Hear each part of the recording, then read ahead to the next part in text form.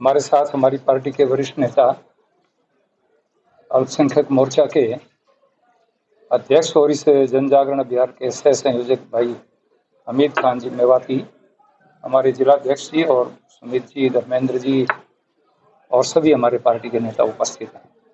आप सभी, आज हमने आपको आमंत्रित इसलिए किया है, एक बहुत ही महत्वपूर्ण बिल जो भारत की संसद में पास हुआ है और महामहिम राष्ट्रपति महोदया ने उसको हस्ताक्षर कर दिए और वो बिल लागू हो गया है। उस बिल को लेकर के विपक्ष के नेताओं ने तरह तरह की चर्चाएं की। तो पार्टी ने तय किया ये लोग जिस तरह से CAA के टाइम में इन्होंने भ्रांतियां फैलाई कि मुसलमानों के वोट खत्म कर दिए जाएंगे, उनको मताधिकार खत्म कर दिया जाएगा, लेकिन 4 साल में हिंदुस्तान का, भारत का एक भी मुस्लिम ये नहीं कह सकता कि मुझे मत से वंचित कर दिया हो। इसी तरह से 370 का जब कानून आया, 35A का कानून आया, तो इन्होंने लोगों को मिसगाइड किया। तो हमें लोगों के सामने सच्चाई बतानी चाहिए। जो विपक्ष के नेता बार बार ये कह रहे हैं कि भारत सरकार मुसलमानों की वक्फ की संपत्ति को छीन लेगी, इस बात को स्पष्ट करना चाहिए। मैं आपसे निवेदन करना चाहता हूं कि 2 विषय हमारे सामने हैं। एक विषय है 2013 में यूपीए सरकार ने जो वक्फ के बिल में संशोधन किया था, 95 से बिल चल करके आ रहा था। ठीक है, इसमें कुछ स्टेट्स के मैटर में और कुछ अधिकारों की आपस की लड़ाई थी, वो भी उन्हीं की गलती थी क्योंकि उन्हीं के समय में वो बिल पास हुआ था। 13 में फिर किया तो उन्होंने और घपला कर दिया। वो ये कर दिया कि कोई भी व्यक्ति, वक्फ बोर्ड का कोई मेंबर अगर ये कह देगा कि ये संपत्ति वक्फ की है तो उसको वक्फ की मान ली जाएगी। और यहां तक कि हमारे कुछ लोगों ने तो यहां तक कह दिया कि भाई जो राष्ट्रपति भवन बना हुआ है, लोकसभा बनी हुई है, ये संपत्ति भी वक्फ की है।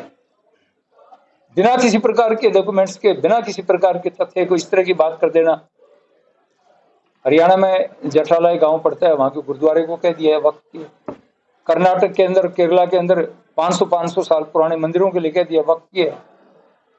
कर्नाटक का एक गांव, पूरा का पूरा गांव, जो गांव 700 साल पहले का बसा हुआ गांव है, उसके लिए कह दिया पूरा गांव वक्फ का है। जब किसी किसान को जमीन की जरूरत पड़ी, उसको जमीन बेचनी थी और वहां तहसील में गया, जब फर्ज निकालने की बात की, कहने लगा तेरा तो मालिकाना हक नहीं है। किसका मालिकाना हक है? वक्फ बोर्ड का मालिकाना हक है। अब वो बेचारा क्या करे, क्योंकि 13 के कानून में ये बना दिया कि वक्फ का ट्रिब्यूनल होगा, उसके मुस्लिम ही मेंबर होंगे, वक्फ बोर्ड ही उनको तय करेगा और वो जो फैसला करेंगे उसके खिलाफ किसी प्रकार की कोई अपील नहीं हो पाएगी। ये जो परिस्थिति पैदा हुई, उसके लिए आवश्यक था कि एक बिल लाया जाए जिसमें पारदर्शिता हो। और इस बिल को लाने से पहले ये बिल पेश हुआ तो कुछ पार्टियों ने इस पर आपत्ति की, तो इसकी एक कमेटी बना दी। सभी पार्टियों की कमेटी बनती है, parliamentary committee, joint parliament committee, JPC जिसको बोलते हैं, उसकी 32 मीटिंगें हुई और उस 32 मीटिंगों के अंदर वो मीटिंगें 4-4, 5-5 घंटे मीटिंग चली। उसके बाद फिर उसमें कुछ संशोधन थे और थे, वो करने के बाद ये बिल पारित हुआ है। और आपको एक बात कहना चाहता हूं, एक नेता जो अपने आप को मुसलमानों का सबसे बड़ा हितैषी मानता है, राहुल गांधी, उसने एक शब्द नहीं बोला। सड़कों पर आंदोलन करने की बात करता है, पार्लियामेंट में कहां थे? बार बार आरोप लगाता था कि मेरे को लोकसभा अध्यक्ष जी समय नहीं देते।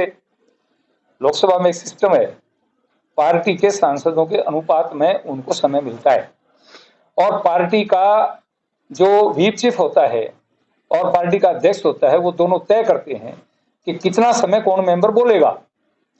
तो माननीय राहुल गांधी तो विपक्ष के नेता थे, पार्टी के सर्वोच्च लीडर थे, अपने पूरे समय में बोल सकते थे, लेकिन नहीं बोले।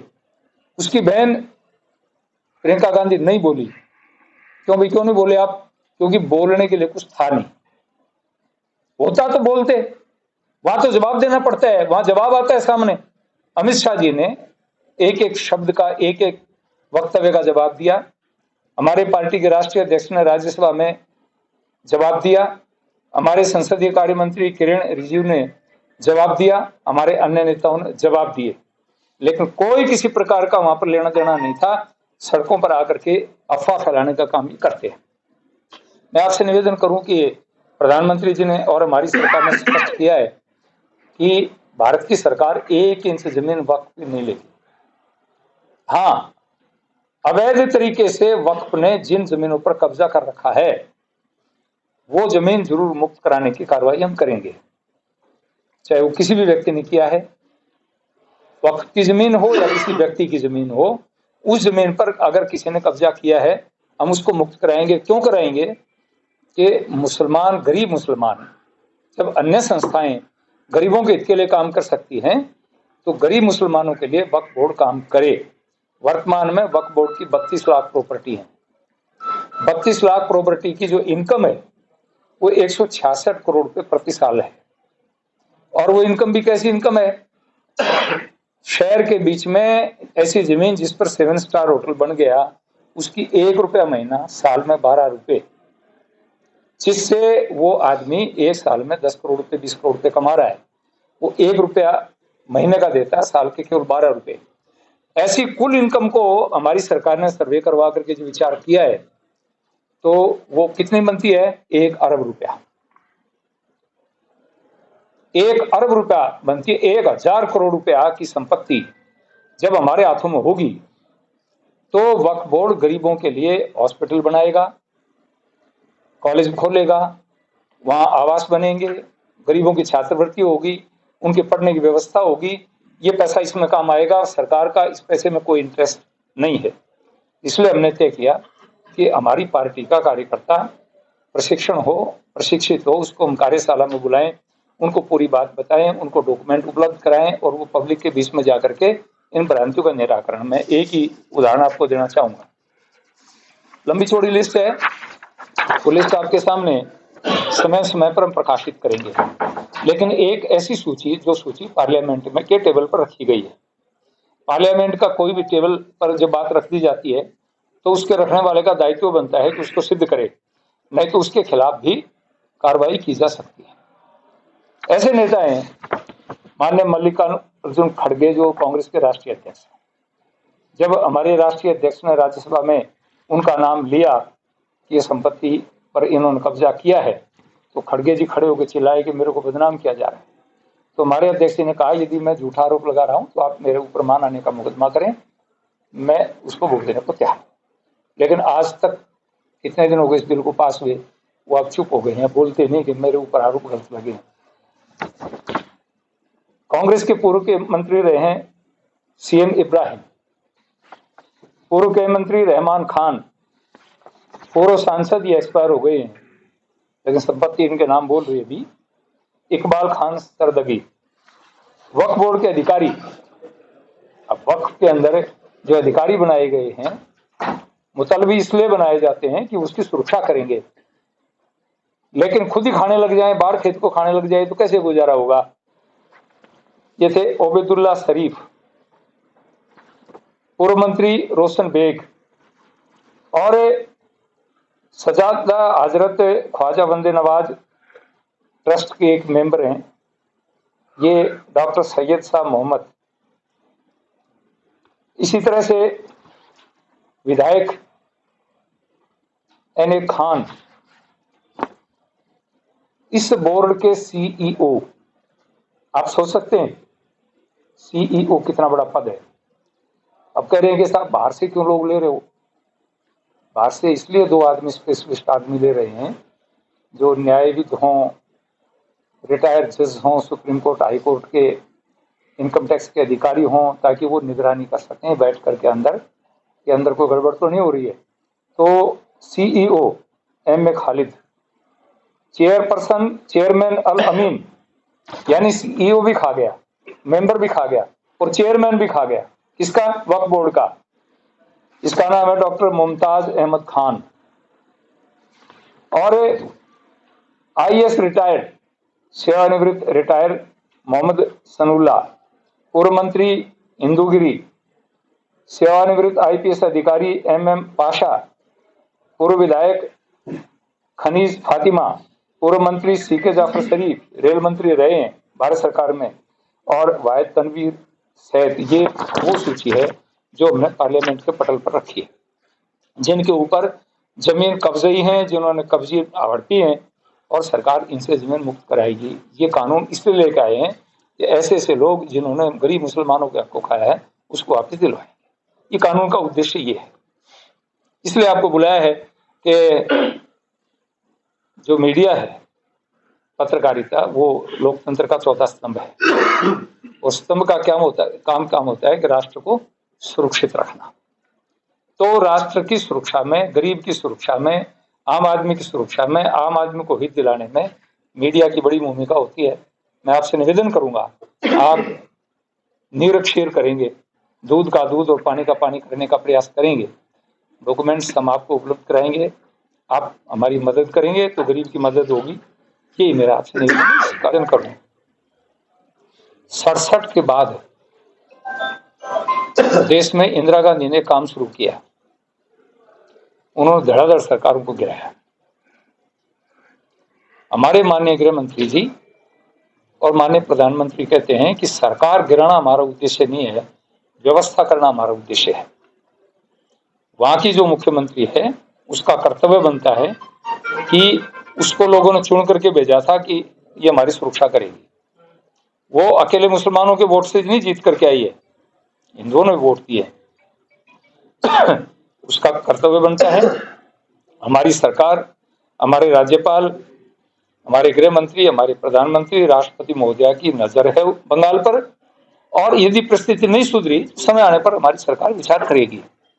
सुना तो हम नहीं छोड़ पाएंगे, लेकिन अवसर देना जरूरी है कि वहीं की सरकार उस व्यवस्था को सुधारे तो अच्छा रहेगा। मोदी जी ने अपनी गवर्नमेंट आने के बाद केवल कश्मीर को छोड़कर के किसी भी प्रदेश में हमने सरकार को नहीं भंग किया। कांग्रेस का यह आरोप है कि मोदी पहले भी 10 साल से राज कर रहा है जी, पहले इस मुद्दे को क्यों नहीं उठाएगा? बीजेपी जो है इस जमीन को हटाना चाहती है, 9.4 लाख एकड़ जमीन है पूरे भारत के अंदर। मैं निवेदन करूं कि जब भी कोई कानून लाते हैं तो कांग्रेस के लोग कहते हैं पहले क्यों नहीं किया।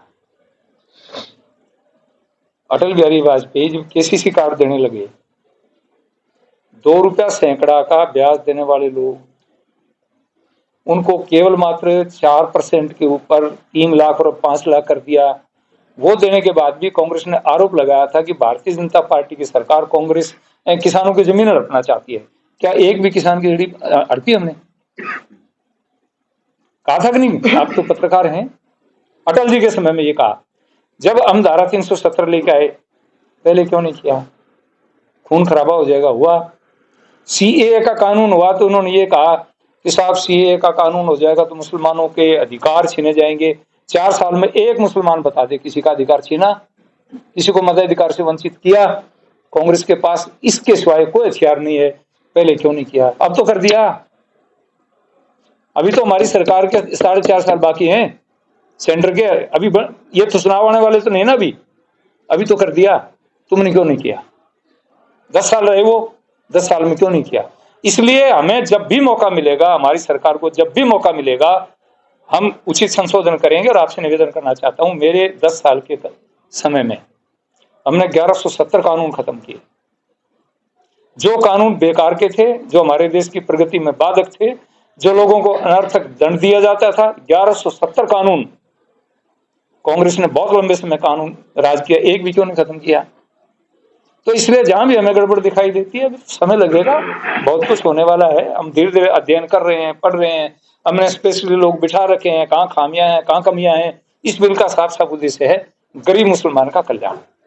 अवैध रूप से जो भूमि छुड़वाई जाएगी, उस भूमि का प्रयोग किनके बीच में किया जाएगा और सरकार उसमें क्या भागीदार है? देखिए, मैं निवेदन करूंगा आपको, सरकार की जमीन अवैध रूप से कब्जा की है तो सरकार की होगी। वक्फ बोर्ड की जमीन अगर अवैध रूप से कब्जा की है तो वक्फ की होगी। किसी गरीब मुसलमान की जमीन वक्फ ने छीन ली है तो वो गरीब मुसलमान की होगी। जिस जमीन पर जिसका अधिकार था वक्फ का था तो वक्फ की रहेगी, गरीब मुसलमान का था तो गरीब मुसलमान की रहेगी, सरकार का था तो सरकार की रहेगी। लेकिन ये नहीं होगा कि गुरुद्वारे को भी डिक्लेयर कर दो, राष्ट्रपति भवन को भी डिक्लेयर कर दो, लोकसभा को भी डिक्लेयर कर दो, 700 साल पुराने गांव को भी डिक्लेयर कर दो, ये नहीं चलेगा। इसलिए ये कानून आया है। अवैध रूप से जो मदरसे चल रहे हैं यूपी के अंदर तो बड़ी तेजी से काम हो रहा है, राजस्थान के अंदर भी शुरुआत कमजोर है, इस पर क्या? देखिए, राजस्थान में उत्तर प्रदेश की गणना में हमारे यहाँ मदरसे कम है, और हो सकता है कोई 10-20 इस प्रकार के होंगे, लेकिन अपने यहाँ स्थिति कुछ ठीक है। हमारे यहाँ ऐसी खराब हालत नहीं है जो उत्तर प्रदेश में है। हमारे यहाँ का मुसलमान जो है ना, वो हमारे साथ मिलकर के चलने वाला मुसलमान है। यहाँ आपने देखा कि कहीं कहीं कोई छुटपुट घटना कहीं घट गई तो घट गई, राजस्थान में शांति और अमन चैन रहता है। कोई सिर्फ गलती करता है तो उसको समय पर सजा मिलती है।